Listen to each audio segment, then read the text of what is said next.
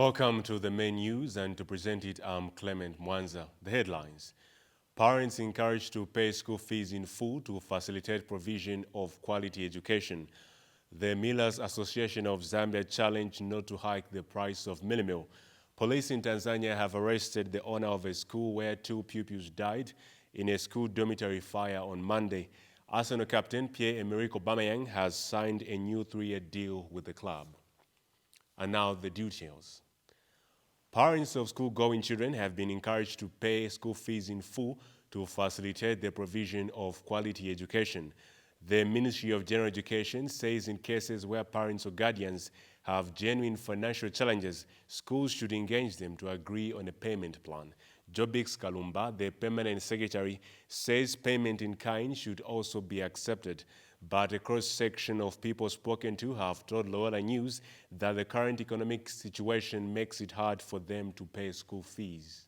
President vaiswile amaskuluzi y'abana nomba parife obwafya bumo obwafya ture ilishanya business ili too slow so tatuishiwe n'abana nangu bengabwerera ku maskulu tatukwete no kwa kufumya indarama eko abana bengabwerera ku skulu kaili bachita kwati batupumikishya first wana wapunzireko mahala wakateka watu watumvereko chifundo wana wapunzireko mahala wakapunzirako mahala first nice manje tsakireko ndrama manje zo walipirira so since katipase ko 1 month or ngatika 2 months nziwa pakwenze corona vintu vinabwa vuta mani pepa kuti vatikandizireko ise tilibe ndalama business kunalibe manje olo bana bamenewo bazaenda bwanji ku sukulu ndalama tezaichosa kuti pakupeza kwenali coronavirus so ise ndalama sitingalipire yofunika temu isilile kapena tikalipire kapena ni mu December.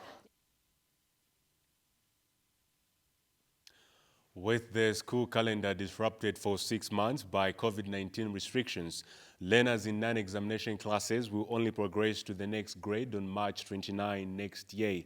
Term 2 for non-examination classes, which will start next week, will run until December 4, while third term will begin on January 4, 2021. While the move to reopen schools, which were indefinitely closed due to the coronavirus pandemic, has been welcomed by members of the public, community schools may have difficulties meeting the set requirements for reopening due to limited resources. In the midst of many challenges, Parker Community School, which caters for 279 pupils, says classes will resume on September 21st due to fear of disturbing the academic calendar. Joseph Kayembe, the acting head teacher, says the school is faced with many challenges and total adherence to the COVID-19 pandemic measures will not be easy. Mr. Kayembe was speaking in an interview with Loyola News in Lusaka. Even we have a lot of challenges. Sometimes we have not enough masks because the total people that we have here, we have 279 pupils from preschool to grade 7. Yes, we are going to resume classes from 21st with all challenges and difficulties we have. We have to sacrifice ourselves because I've talked to my teachers. Even if we don't have food, no what, but we have to assist the orphans and less privileged in this society, this community. And if you say, no, let us close because we don't have all the facilities or what we all need, meaning our pupils from this community, we're going to suffer more. About 3 million Zambians are at high risk of contracting coronavirus by virtue of age and underlying health conditions. Dr. Kennedy Malama, the Ministry of Health Permanent Secretary, made this revelation during the daily COVID-19 updates in Lusaka. Dr. Malama has urged the public to ensure that adherence to the public health measures and social measures is maintained and improved on. The Permanent Secretary says surveillance and contact tracing is a critical component of COVID-19 response in the country. And Dr. Malama announced that the country has, in the last 24 hours, recorded 68 new cases from 12 districts out of 847 tests conducted, bringing the cumulated number of cases to 13,000 887. The country has also recorded the death of one adult male with underlying health conditions who died at Livingstone General Hospital, while one brought-in dead was recorded in Lusaka. A private sector institution that promotes research innovation methods for farmers, KRI, says it does not expect the Millers Association of Zambia to hike the price of mealie meal because they have purchased more maize from the Food Reserve Agency.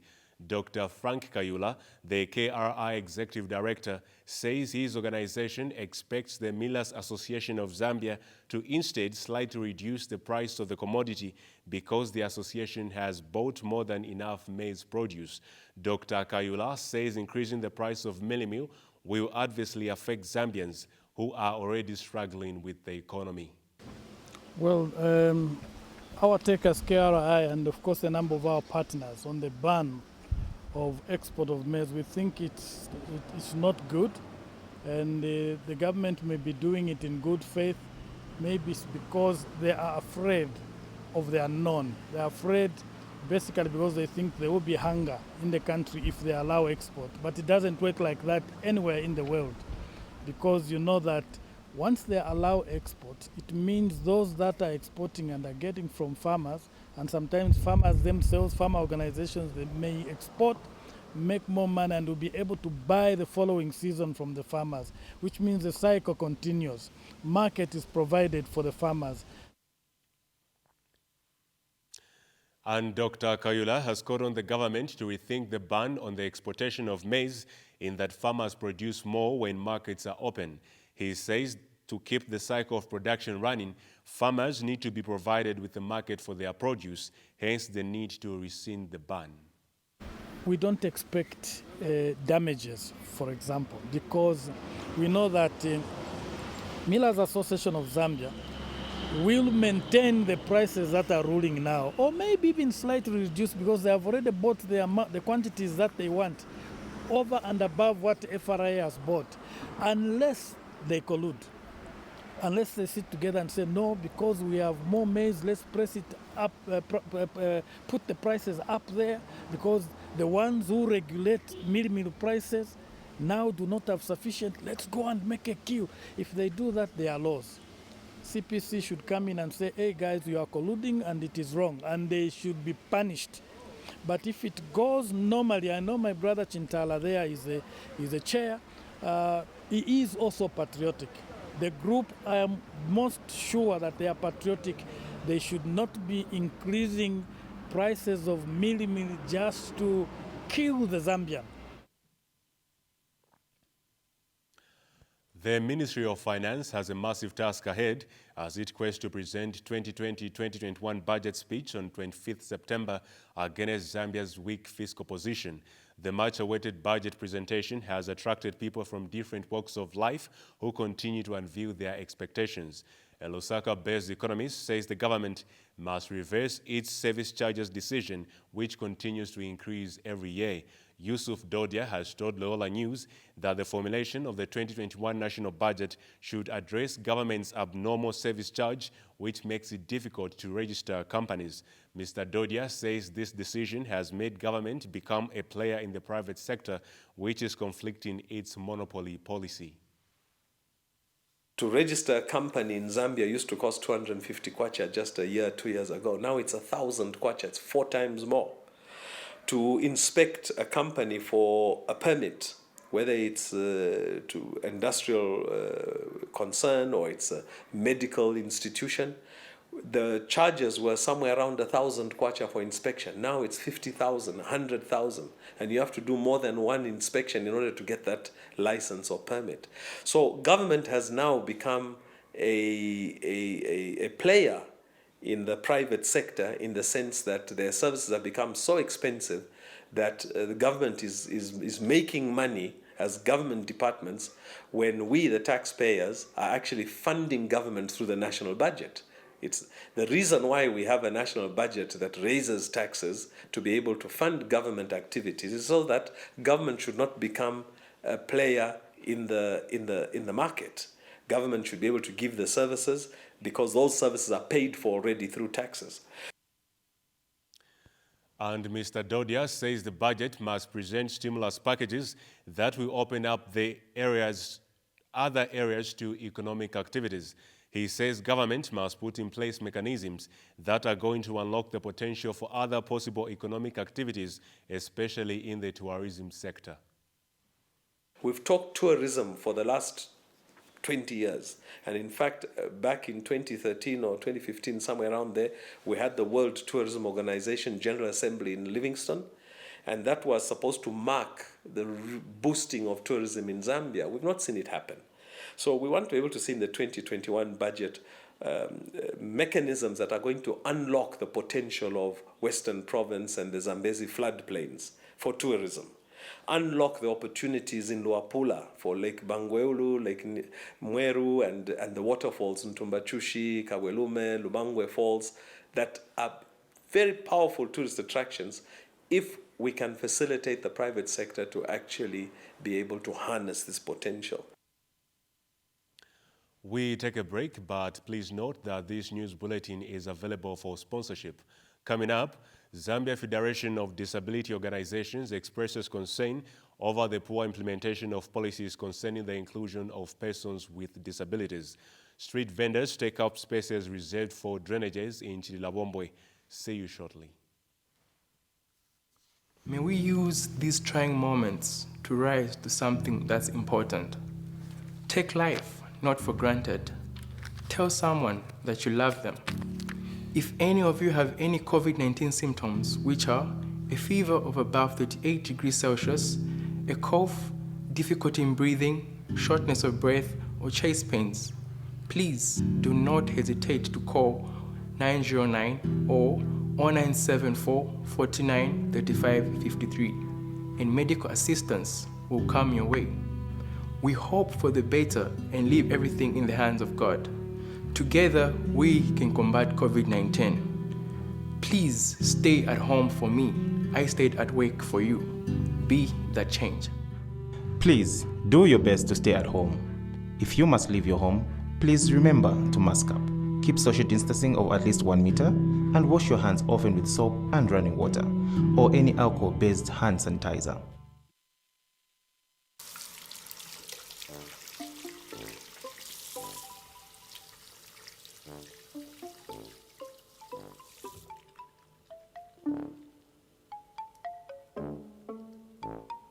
Habib, where do you think you're going? Stay out my way. I'm going to play football with my friends, and there's nothing you can... Silence! You think this is funny, eh? You can get the deadly coronavirus. The gorilla virus? No, the coronavirus. Do you know what will happen when you do? Do you? Huh? What will happen? You will bring the coronavirus home and then infect everyone. Mommy will be sick, no more jollof rice. Huh? Daddy will be sick, no more going out to see movies. Oh no! Not the movies, no! Even worse, the government will come and take Mommy and Daddy away. You're just making it up. No, I'm not. Yes, you are. See for yourself.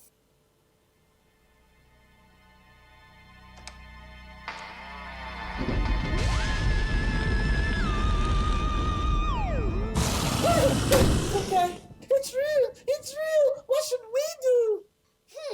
The coronavirus is out there. We should stay at home for now. Always wash our hands with soap and water so we can prevent it from spreading. Boo! Stay home, stay safe from all of us at Anthill Studios.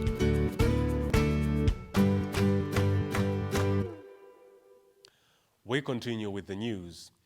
People living with disabilities have bemoaned the lack of COVID-19 prevention guidelines targeted at them. Moka Sibuku brings us the details in the following report.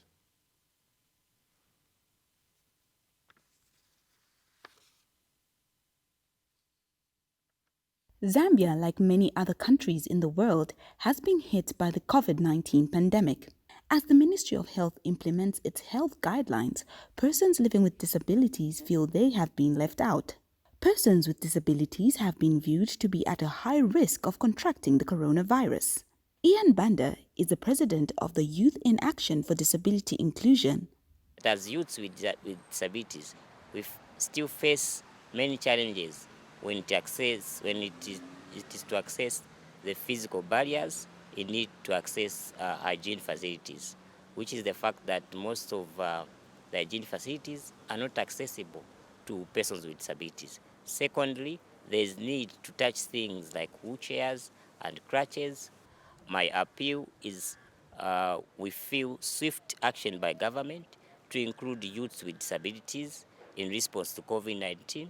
Local businesses have also been encouraged to play their role and develop products that can cater for the needs of those living with different disabilities. I think the onus is on us to put up the very best of what we can be able to do to contribute to the fight against the COVID-19 in whatever way that you can imagine or think of in terms of being able to develop any particular product that can be able to fight COVID-19.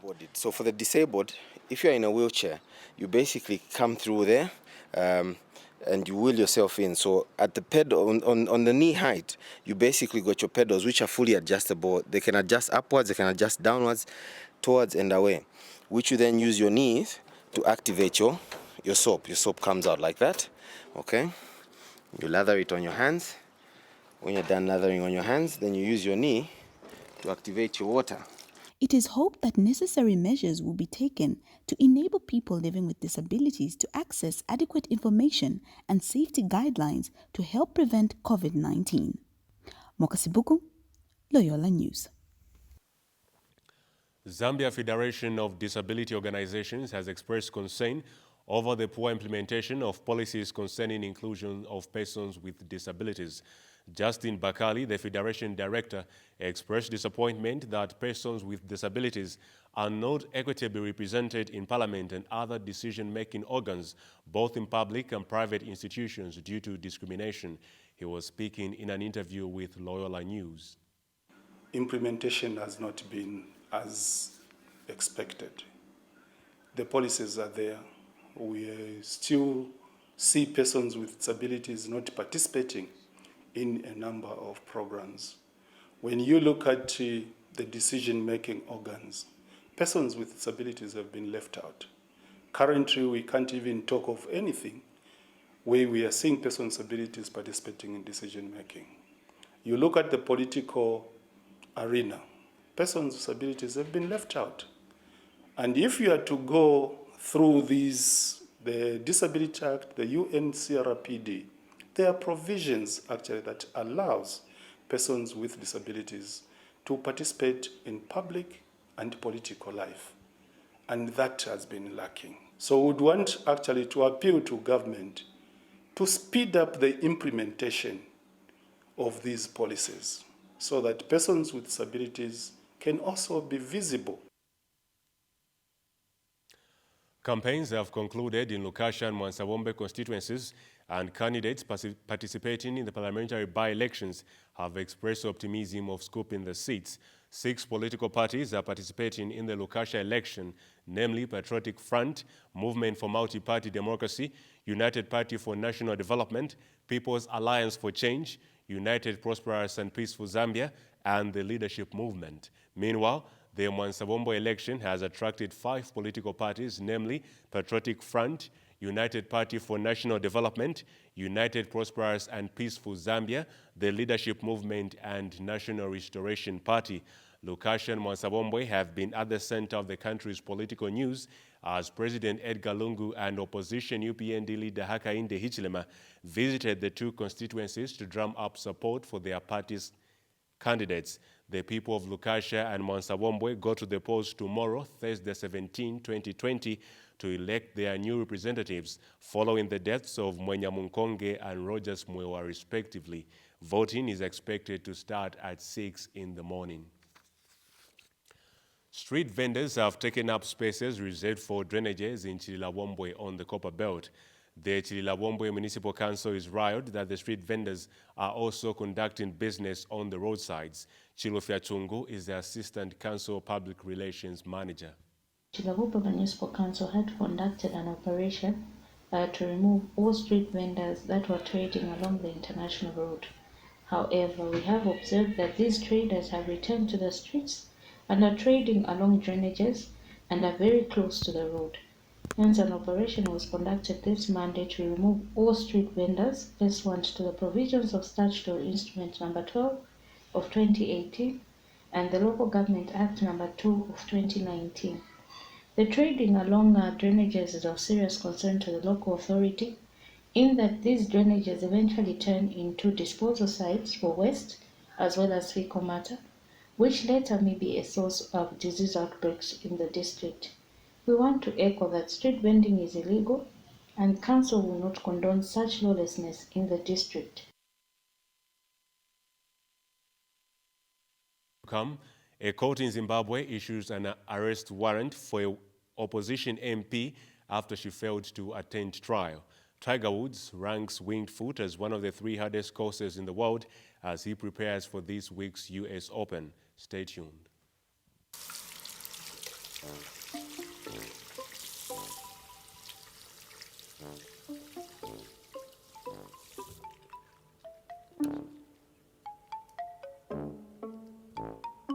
Habib, where do you think you're going? Stay out of my way.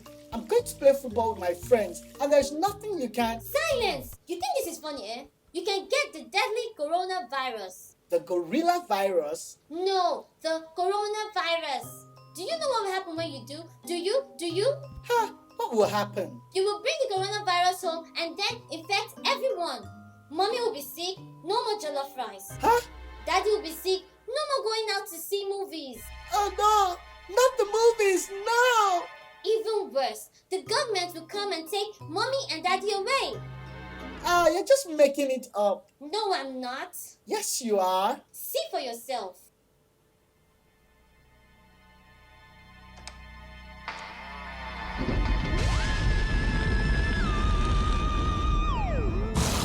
It's okay. It's real. It's real. What should we do?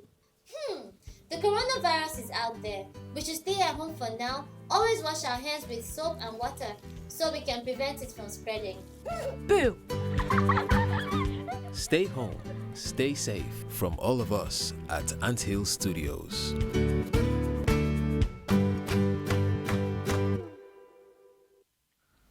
Coronavirus disease, COVID-19 pandemic, has upended lives of children and their families. While the health sector buckles, borders closed, businesses and schools shutter. As COVID-19 spreads, so was misinformation, fueling discrimination and stigma. Let's promote facts over fear. Let's bring out the trustworthy guidance to our parents, caregivers, and educators. Despite what you might think or feel, we are not your enemy. We're asking you to stop, be still, to listen. I stayed at work for you. Please, please, stay home. Be the change. Please do your best to stay at home. If you must leave your home, please remember to mask up. Keep social distancing of at least 1 meter and wash your hands often with soap and running water or any alcohol-based hand sanitizer. We continue with the news, and in international news, a court in Zimbabwe has issued an arrest warrant for opposition MP Joanna Mamombe after she failed to attend trial on Monday to face accusations of faking her abduction in May, state-owned Herald newspaper reports. The MP for Opposition Movement for Democratic Change MDC party is being jointly charged with 2 other female party members, Cecilia Chimbiri and Netsai Marova. They were detained in May for attending a protest during lockdown. The alleged state agents then abducted them from the police, beat and sexually assaulted them, and forced them to drink each other's urine. But the authorities insist the women made up the story to divert attention from the fact that they broke lockdown rules by attending a protest. On Tuesday, their lawyer told the magistrate in the capital Harare that the MP was admitted at a health center. He is quoted as saying his client was suffering from anxiety problems and could not attend court. Police in Tanzania have arrested the owner of a school where 10 pupils died in a dormitory fire on Monday.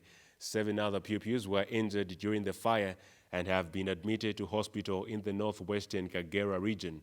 Tanzania's Inspector General of Police, Simon Siro, told reporters that investigations were ongoing to determine the cause of the fire at Byamunga English Medium Primary School. He said that preliminary findings indicated that the dormitory was not built to proper standards. The police chief said the electrical wiring in the dormitory was faulty and the entire building crumbled when the roof collapsed, an indication that the building materials used were substandard. Local authorities have been asked to investigate education inspectors who allowed the school to house the pupils in the dormitory. School fire tragedies are frequent in the region, and there are calls to enhance safety in institutions. In July, 3 students were killed in the main city Dar es Salaam after a dormitory at an Islamic secondary school caught fire. The Kenyan government has included neighboring Tanzania on its list of countries whose travelers are exempted from mandatory quarantine upon arrival. The move is considered controversial as Tanzania has not published figures of COVID-19 cases in months. The two East African nations have been locked in a diplomatic standoff since May, when Kenya blocked Tanzanian truck drivers from entering the country. The Kenyan government had long feared that its neighbor was not transparent on how it dealt with the pandemic. In June, President Magufuli declared Tanzania was coronavirus-free thanks to prayers by citizens, but the tension seems to be cooling off now. Other countries whose travelers Kenya has exempted from mandatory quarantine include South Africa, the US, India, Mexico, and Spain, who are among countries with the highest COVID-19 cases in the world. A section of police officers in Kenya's capital, Nairobi, have been buying their uniforms from civilian tailors to comply with alleged order to wear new-look uniforms despite lack of supplies. The police officers were reportedly told to wear the new uniforms starting on Monday. Some officers who reported to work in the old uniform were turned back, the Daily Nation and Standard newspapers report. The National Police Service and the Interior Ministry have not responded to the reports. Police officers interviewed told reporters that they had not been issued with the new-look uniforms, but were directed to civilian tailors who charge up to 5,000 Kenyan shillings, about $50 US. Some officers have opted to stay at home following the new directive because they lack funds to purchase the uniforms. Algerian courts in several parts of the country have ordered prison time for defendants in cases related to leaking exam papers, the Ministry of Education has said. In the southern province of Delfa, 2 people were sentenced to 3 years in prison and ordered to pay a fine of 500,000 dinars, about $4,000, after they leaked the Arabic language exam papers online. Other jail sentences ranging from 10 to 18 months have been ordered against people accused of posting national exam papers on social media.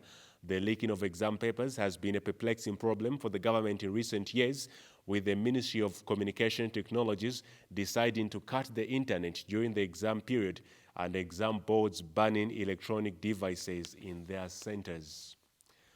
Ghana's President Nana Akufo-Addo says West African leaders hope to see a civilian-led government in Mali within days. He spoke after talks between regional leaders and the military junta that seized power in Mali last month. Mr. Akufo-Addo said the regional bloc ECOWAS would lift sanctions the minute civilians were in place to take over in Mali. ECOWAS leaders met in Ghanaian capital Accra for the talks on Mali's political crisis. The leader of Mali's junta, Colonel Assimi Goïta, as well as representatives from the United Nations and African Union also attended. West African leaders fear that the security situation in Mali could deteriorate and undermine efforts made in defeating Islamist insurgents in the north.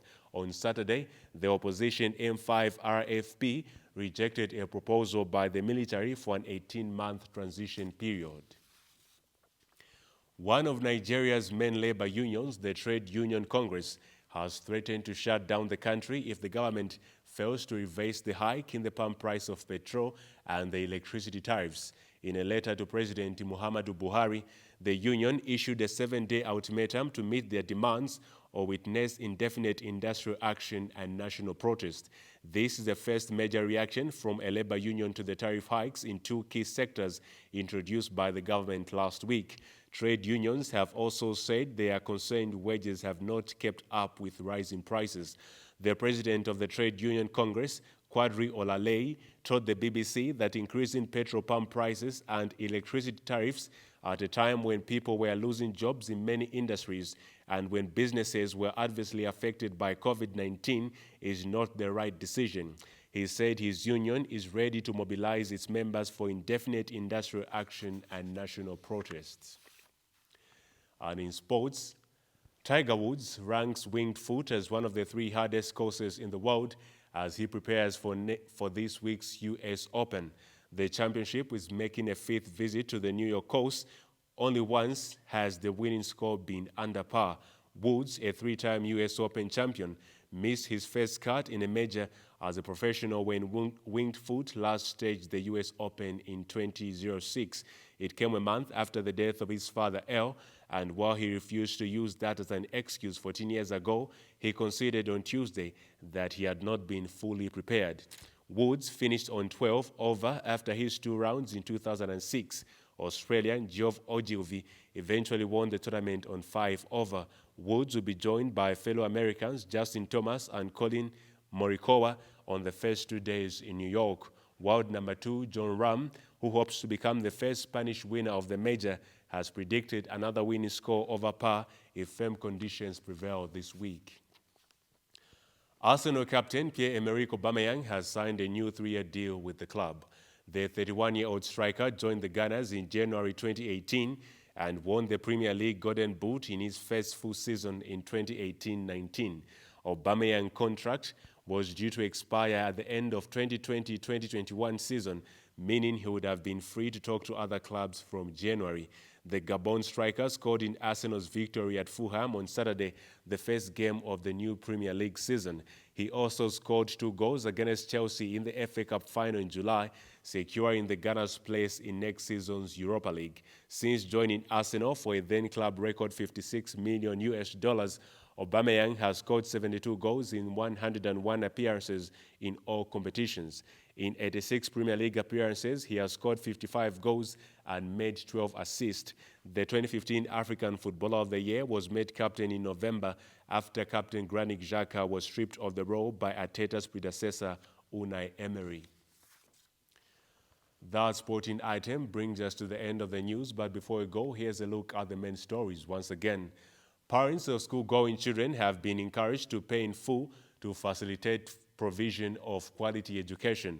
The Ministry of General Education says in cases where parents or guardians have genuine financial challenges, schools should engage them to agree on payment plans.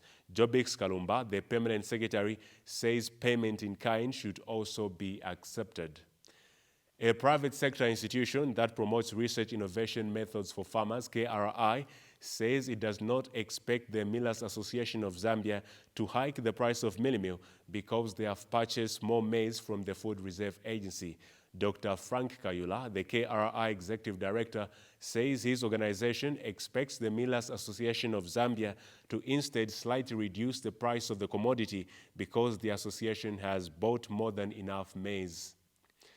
Police in Tanzania have arrested the owner of a school where 10 pupils died in a dormitory fire on Monday. 7 other pupils were also injured during the fire and have been admitted in hospitals in the northwestern Kagera region. Tanzania's Inspector General of Police, Simon Siro, told reporters that investigators were ongoing to determine the cause of the fire at Biamunga English Medium Primary School. Arsenal captain Pierre-Emerick Aubameyang has signed a new 3-year deal with the club. The 31-year-old striker joined the Gunners in January 2018 and won the Premier League Golden Boot in his first full season in 2018-2019. And on that note, we have come to the end of the news. On behalf of the entire news and production crew, my name is Clement Mwanza. Good night and God bless.